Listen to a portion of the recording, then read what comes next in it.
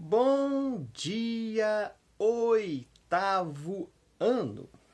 Vamos começar nossa aula de hoje, nossa aula de História, dando continuidade à matéria que estávamos vendo, a matéria de Primeiro Reinado.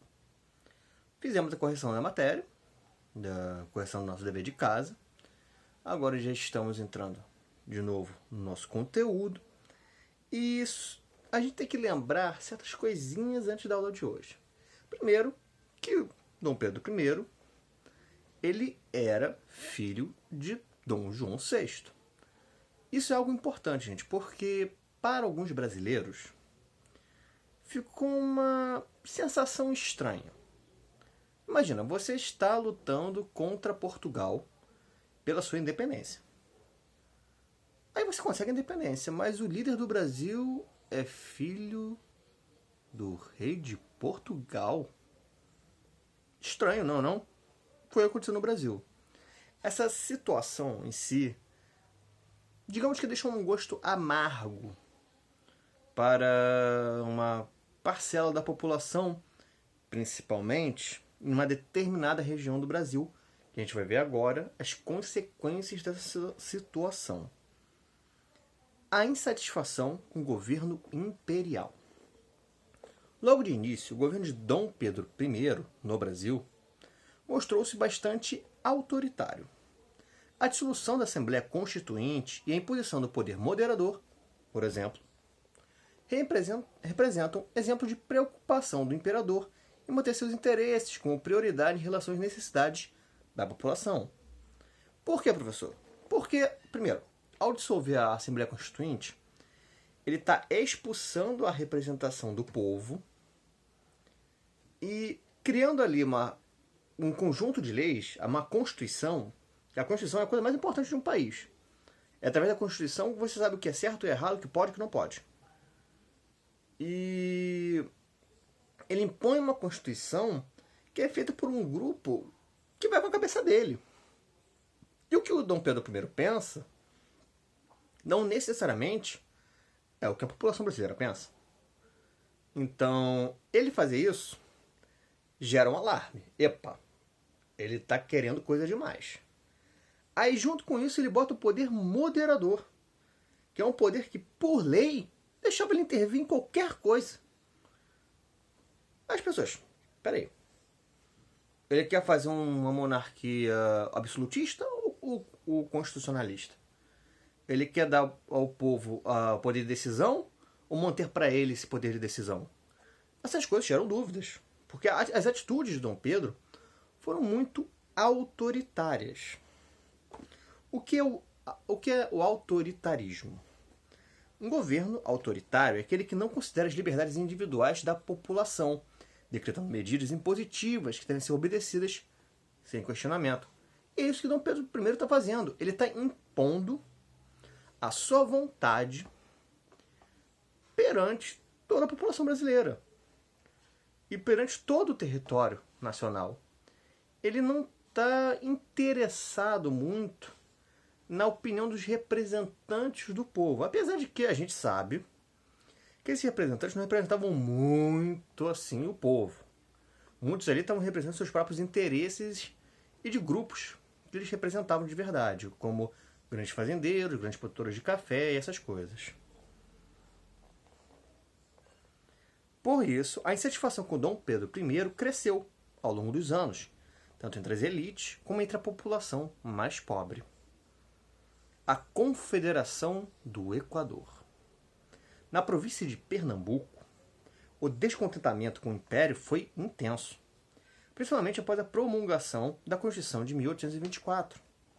Naquela época, havia uma preocupação de que Dom Pedro I pudesse retomar os laços com Portugal, estabelecendo a situação colonial do Brasil. E de onde vinha esse medo? Simples, do fato de Dom Pedro I ser filho de Dom João VI. Essa correlação sanguínea tornava Dom Pedro I o principal herdeiro, a pessoa com o maior poder de herdar o trono português. Então, é justo que as pessoas achem, poxa, mas quando Dom João VI morrer, não é Dom Pedro I que vai assumir o trono de Portugal? Então por que a gente está fazendo uma independência? A gente vai acabar voltando a ser de Portugal de novo. Existia esse medo, apesar de que naquele momento já não era mais de, digamos, interesse de Dom Pedro assumir o trono português. Ele já tinha se contentado em ter o Brasil. Mas o medo ficava. Por esses motivos, diversos setores da sociedade, entre eles as classes populares, mobilizaram-se em uma revolta contra o governo imperial. Os revoltosos queriam repassar menos impostos ao governo central e obter maior autonomia na província. É a questão do poder descentralizado. Eles não queriam que tudo ficasse dependente do Rio de Janeiro mandar, e aí chegar a ordem até Pernambuco, no caso, para que as coisas acontecessem. Não, eles queriam tomar suas próprias providências regionais, passar menos dinheiro para a capital, Rio de Janeiro, e eles ficaram com recursos para poder crescer. Essas propostas dos rebeldes se espalharam pela região Nordeste e receberam o apoio de outras províncias, como a Paraíba, do Rio Grande do Norte, do Piauí e do Ceará.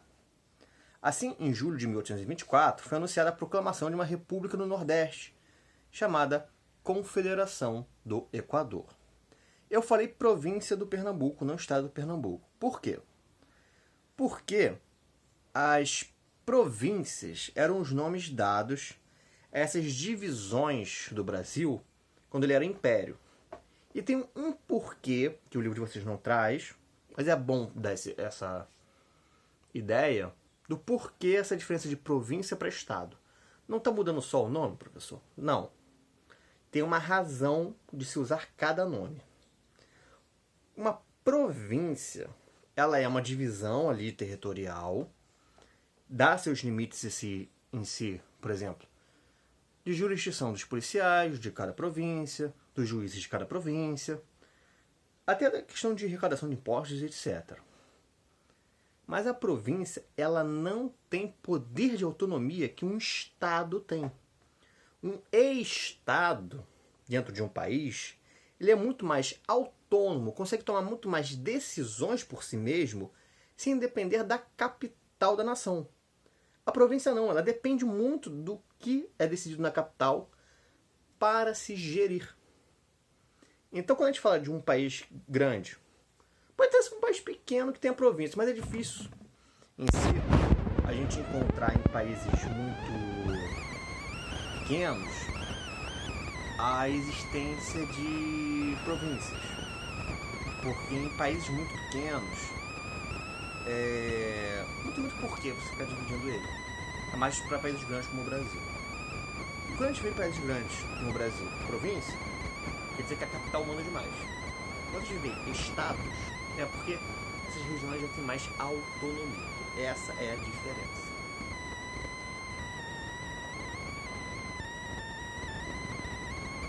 E esses estados se unem e formam assim uma república.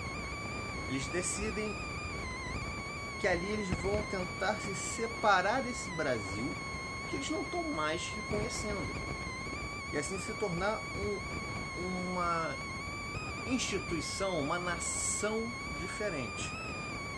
Aqui o livro de vocês traz a bandeira da Confederação do Equador.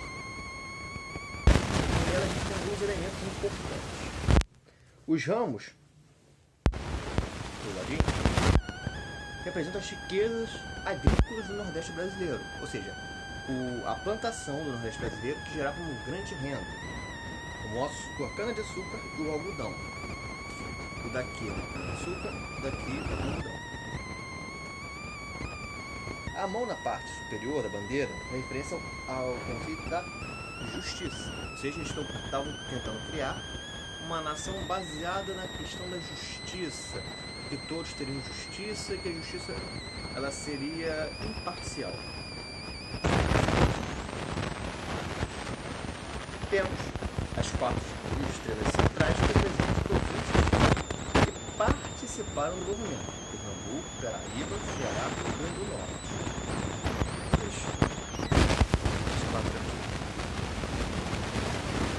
As palavras representadas no círculo ideias dos rebeldes, mostrando a configuração do Equador: independência, união, liberdade e religião. Através desses quatro conceitos, humano, cultura e Equador. Liderança de Frei Caneca. Os principais líderes da Confederação do Equador foi o religioso Joaquim do Amor Divino Rabelo, também conhecido como Frei Caneca. A gente já viu ele lá atrás, em uma outra situação envolvendo o Brasil, mas antes era ainda com Portugal. Desde o período colonial, Frei Caneca participou de movimentos revoltosos na região de Pernambuco. Em 1817, durante a Revolução Pernambucana, ele foi preso, porém não deixou de lutar por maior liberdade e autonomia na região. Então a gente já vê que o Frei Caneca, ele tinha um amor ali pela região Nordeste que já o motivava a tomar atos revolucionários. Depois de solto, Frei Caneca desempenhou um importante papel entre os revoltosos da Confederação do Equador. Ele atuou no ativismo político e criou em 1823 o jornal Tifes Pernambucano, no qual publicava semanalmente artigos criticando as decisões de Dom Pedro I. Frei Caneca também fornecia orientações às tropas que lutavam contra o exército imperial. Ou seja, ele era um divulgador de ideias. Ele pegava essas ideias de independência, união, liberdade e religião, fazia textos através dessas ideias e botava nesse jornal Tifes Pernambucano para espalhar essas ideias o mais longe possível. Por quê? Porque o movimento da Confederação do Equador, ele tinha um grande problema de que ele não conseguiu uma região grande o suficiente para fazer um equilíbrio de forças ali com o Império Brasileiro. Então, eles saíram na desvantagem. Uma maneira tática aqui de pensar. Eles saíram na desvantagem. Então ele tem que mudar essa desvantagem. Como mudar essa desvantagem?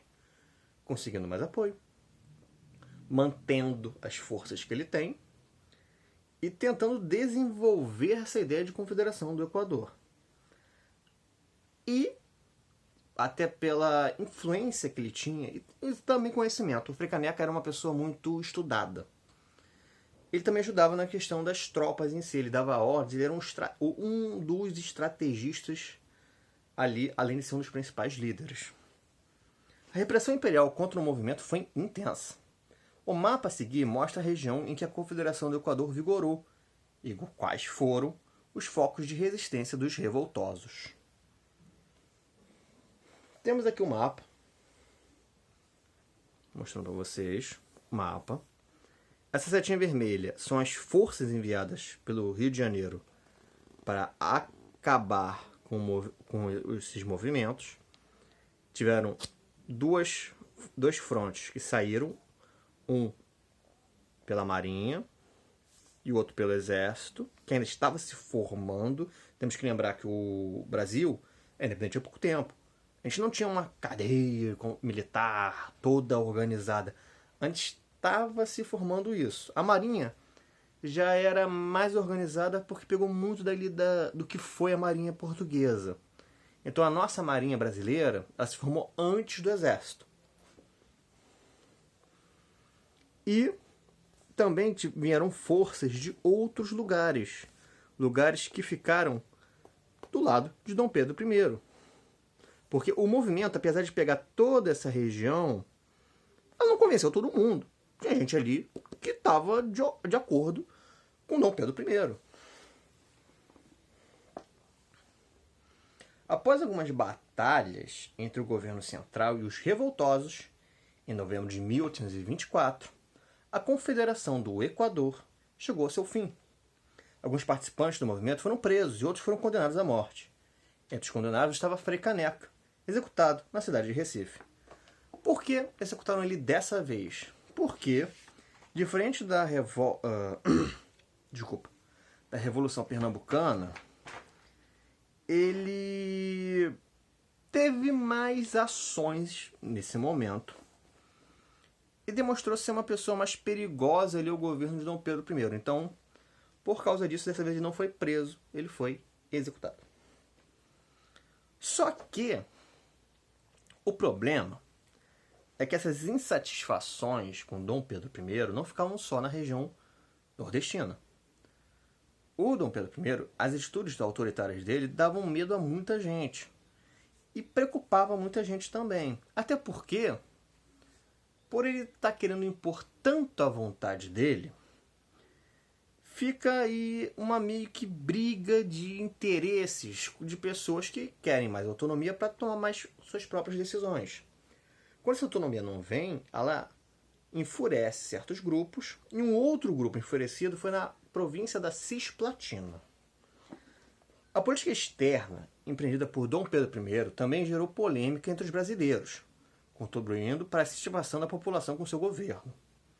Na época do primeiro reinado, a província da Cisplatina, onde hoje fica o Uruguai, pertenceu ao governo brasileiro.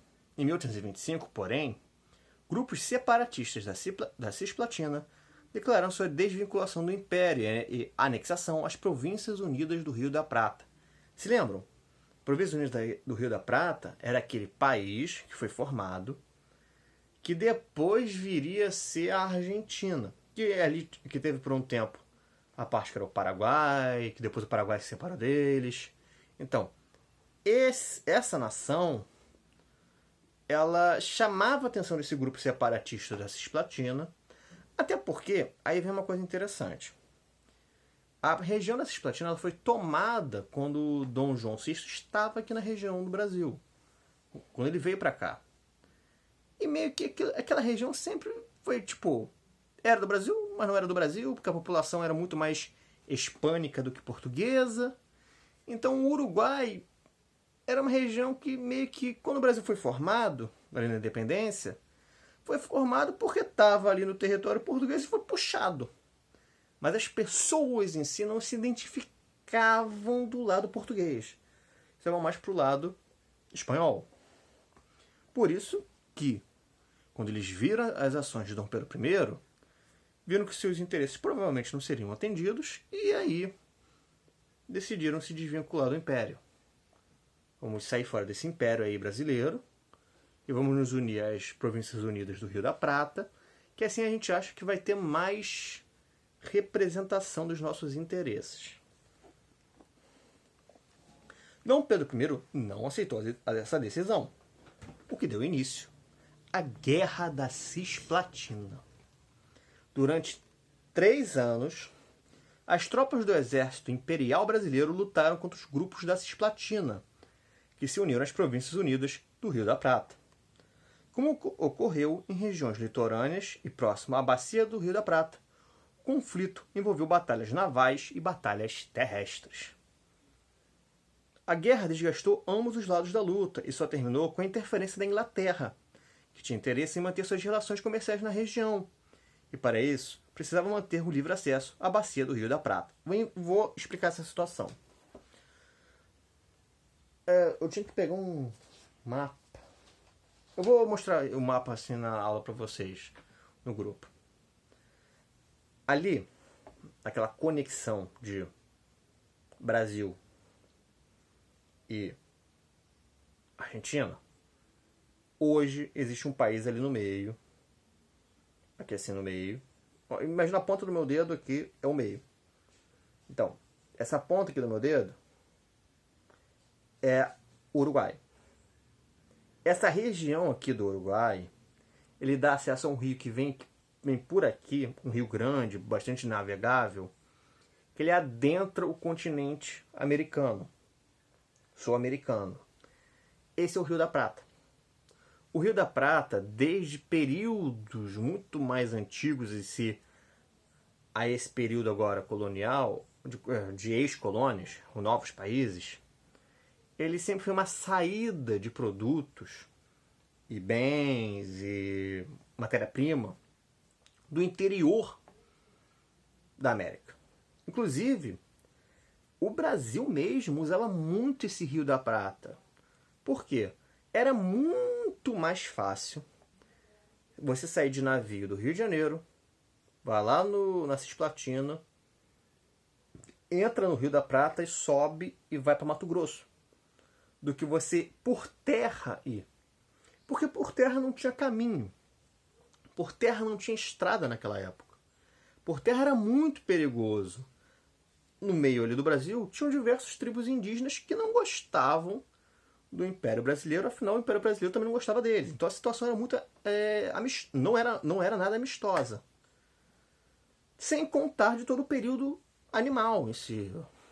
Onça, cobras, insetos em si, que tornava a viagem por terra, por dentro do Brasil, muito mais perigosa. Então era muito mais seguro sair de navio da costa, ir lá no Rio da Prata e subir, ir até a Bacia do Prata, pegar um rio e subir para dentro do Brasil. Então, a região da Cisplatina era muito importante para o Brasil. Era muito importante manter ali o controle por causa dessa entrada para o interior do nosso território, mas também porque ali passava muito comércio. Muito comércio passava ali, e comércio, tipo, comércio grande mesmo, dos países ali do interior da América, que precisavam fazer o comércio, por exemplo, com a Inglaterra, com a França, mais ali com a Inglaterra, que em vez de dar a volta no continente, pegava ali os rios e passava por essa entrada. Então, era um local comercial muito importante, que durante a Guerra da Cisplatina ficou praticamente fechado. Afinal, estavam correndo uma guerra logo na saída. Estava prejudicando o comércio ali da região. E uma guerra que estava se estendendo, e não tinha avanço de nenhum dos lados. O Brasil não conseguia dominar de volta a Cisplatina, e nem o Uruguai conseguia manter o Brasil fora da região de Cisplatina. Então era uma coisa de empurra, e não muda. As batalhas estavam muito difíceis dos dois lados. Não estava se vendo uma conclusão rápida. E aí a Inglaterra intervém, por quê? Porque os comércios que ela estava fazendo com a região, que dependia da saída do Rio da Prata, estavam todos sendo dificultados, estavam todos entrando em risco até de acabar, porque um não consegue vender para o outro, então por que eu vou continuar nesse comércio? É dinheiro sendo perdido. Aí a Inglaterra ela decide intervir. Parou. Brasil, vem aqui. Províncias Unidas do Rio da Prata, vem aqui, vamos conversar. Temos que chegar no meio termo, porque a situação não está boa para os dois lados e não está ficando boa também agora para gente, entre aspas, diga-se Inglaterra, que estamos aqui fora esperando acabar esse combate entre vocês para o comércio voltar a viver na região. Então, o que vamos fazer? Vamos aqui assinar um tratado de paz, foi proposto. Um tratado de paz que chega num meio termo. Uma coisa que não seja o objetivo das Províncias Unidas do Rio da Prata, nem seja o objetivo do Brasil, mas que pelo menos se aproxime do objetivo de cada um. E do que sai esse acordo de paz? Esse acordo de paz, assinado em 1828, ele encerra os conflitos e estipula a criação de uma república. A República Oriental do Uruguai, um novo país. O Uruguai ele surge para, primeiro, encerrar essa guerra da Cisplatina. Atender à demanda da Cisplatina, de que queria ter autonomia de tomar suas decisões. Mas o Brasil nunca aceitaria a Cisplatina se unir às Províncias Unidas do Rio da Prata. Afinal, era um concorrente regional forte, que se tivesse Cisplatina, teria muito poder de ameaçar o Brasil. Então o Brasil nunca aceitaria isso. E as Províncias Unidas do Rio da Prata queria Cisplatina, por esses motivos, e agora que ela estava querendo se unir, não ia abrir mão disso. Então o meio termo foi, vamos criar um país que a gente chama na política e na história como país tampão. É um país para separar outros dois países. Esse foi o objetivo original de se criar o Uruguai. Separar o Brasil e Argentina, como uma nação independente e que, aí é interesse de todos, mantivesse o comércio do Rio da Prata aberto. Essa era a coisa mais importante da criação do Uruguai. Deu autonomia a eles, manteve o comércio aberto e acabou a guerra. Dom Pedro I deixa o governo.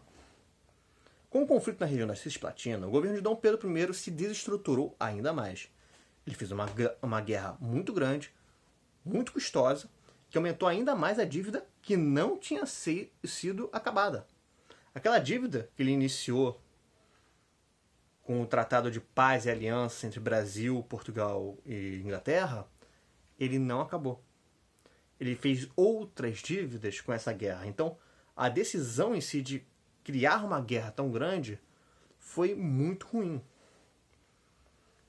Muitos gastos militares foram desnecessários para manter o país durante a guerra, gerando dívidas e instabilidade econômica. Além disso, a impopularidade do imperador por causa de seu autoritarismo era grande. Ele estava sendo visto como uma pessoa que faz o que quer, quando quer, até cria uma guerra por querer. Então, a população em geral, que antes via ele como um herói da independência, agora está vendo ele como um causador de problemas. Pressionado por essa situação, em 7 de abril de 1831, Dom Pedro I abdica do trono, ou seja, ele renuncia ao trono. Ele fala, não sou mais imperador do Brasil. Mas ele abdica em nome do filho dele, Pedro de Alcântara. Ele fala, não sou mais imperador do Brasil, a coroa é do meu filho, Dom Pedro de Alcântara, ele será o imperador de vocês e eu retorno a Portugal, exilado do Brasil. Foi assim a decisão final de Dom Pedro I. É uma decisão que é meio vergonhosa. Afinal, ele se comprometeu a ser líder do Brasil e na hora que a coisa pegou pro lado dele, ele sumiu.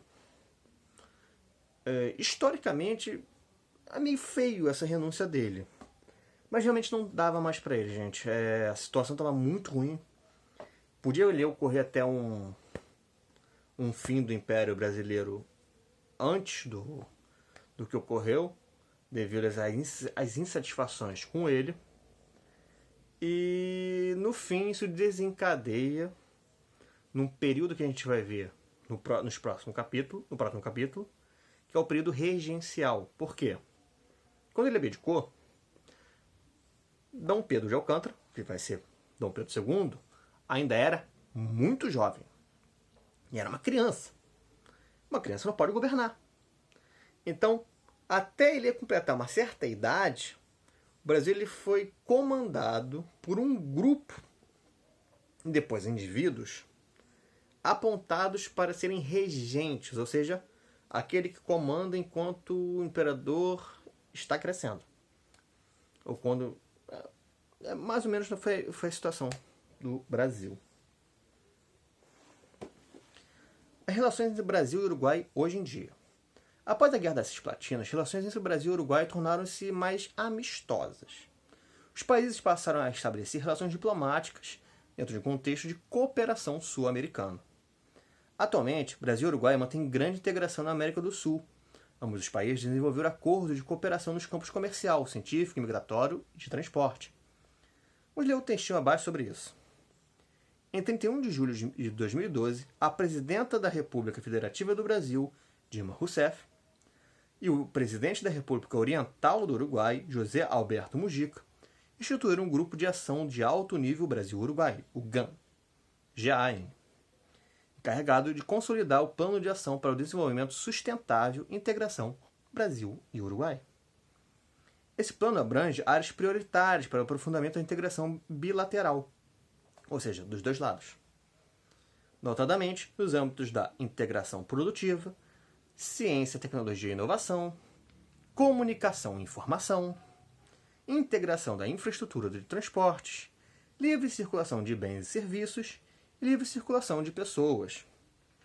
Em 2017, os acordos de imigração entre os países se ampliaram ainda mais, com aprovação de uma medida que diminui a burocracia para aprovar vistos permanentes a cidadãos brasileiros e uruguaios que decidam imigrar entre os dois países. Ou seja, desde 2017 é muito mais fácil um brasileiro morar de vez no Uruguai e um uruguaio morar de vez no Brasil. Isso é muito bom, porque está aproximando duas nações que tiveram ali um início de história bem complicado e ajuda no desenvolvimento de ambos. Então, as relações do Brasil e Uruguai são muito boas desde esse início complicado que foi a história do Uruguai. As boas relações entre Brasil e Uruguai são muito importantes para ambos os países, pois favorecem o desenvolvimento econômico e também ampliam as trocas culturais entre as populações. Formação da identidade nacional. Com a independência, foi formado o Estado brasileiro. Ou seja, foi organizado um aparato político autônomo, sem ninguém mandar nele, responsável pelo governo de determinado território. Isso é um Estado. Porém, ainda não existia no país a ideia de identidade nacional nem de nação.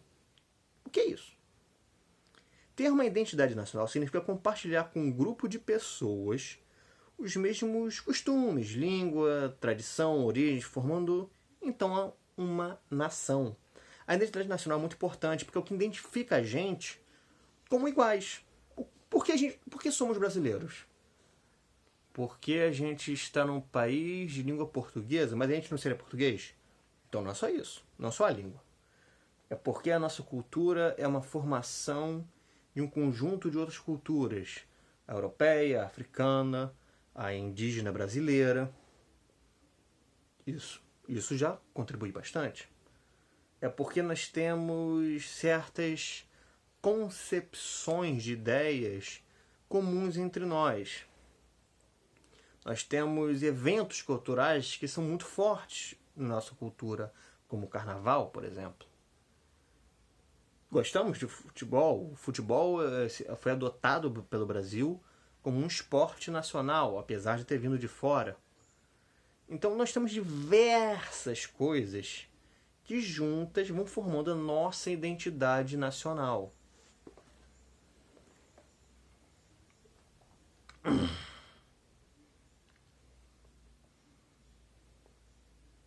Isso não aconteceu no Brasil com a independência, pois havia muitas diferenças culturais e sociais entre as províncias e as pessoas não sabiam dizer ainda o que era ser brasileiro. Dependendo de como ocorre a formação dos estados, é comum que os governos precisem de se legitimar perante a população. Ou seja, o governo tem que falar, olha só, a gente é isso, isso, isso, e vocês têm que começar a aceitar ser isso, isso, isso.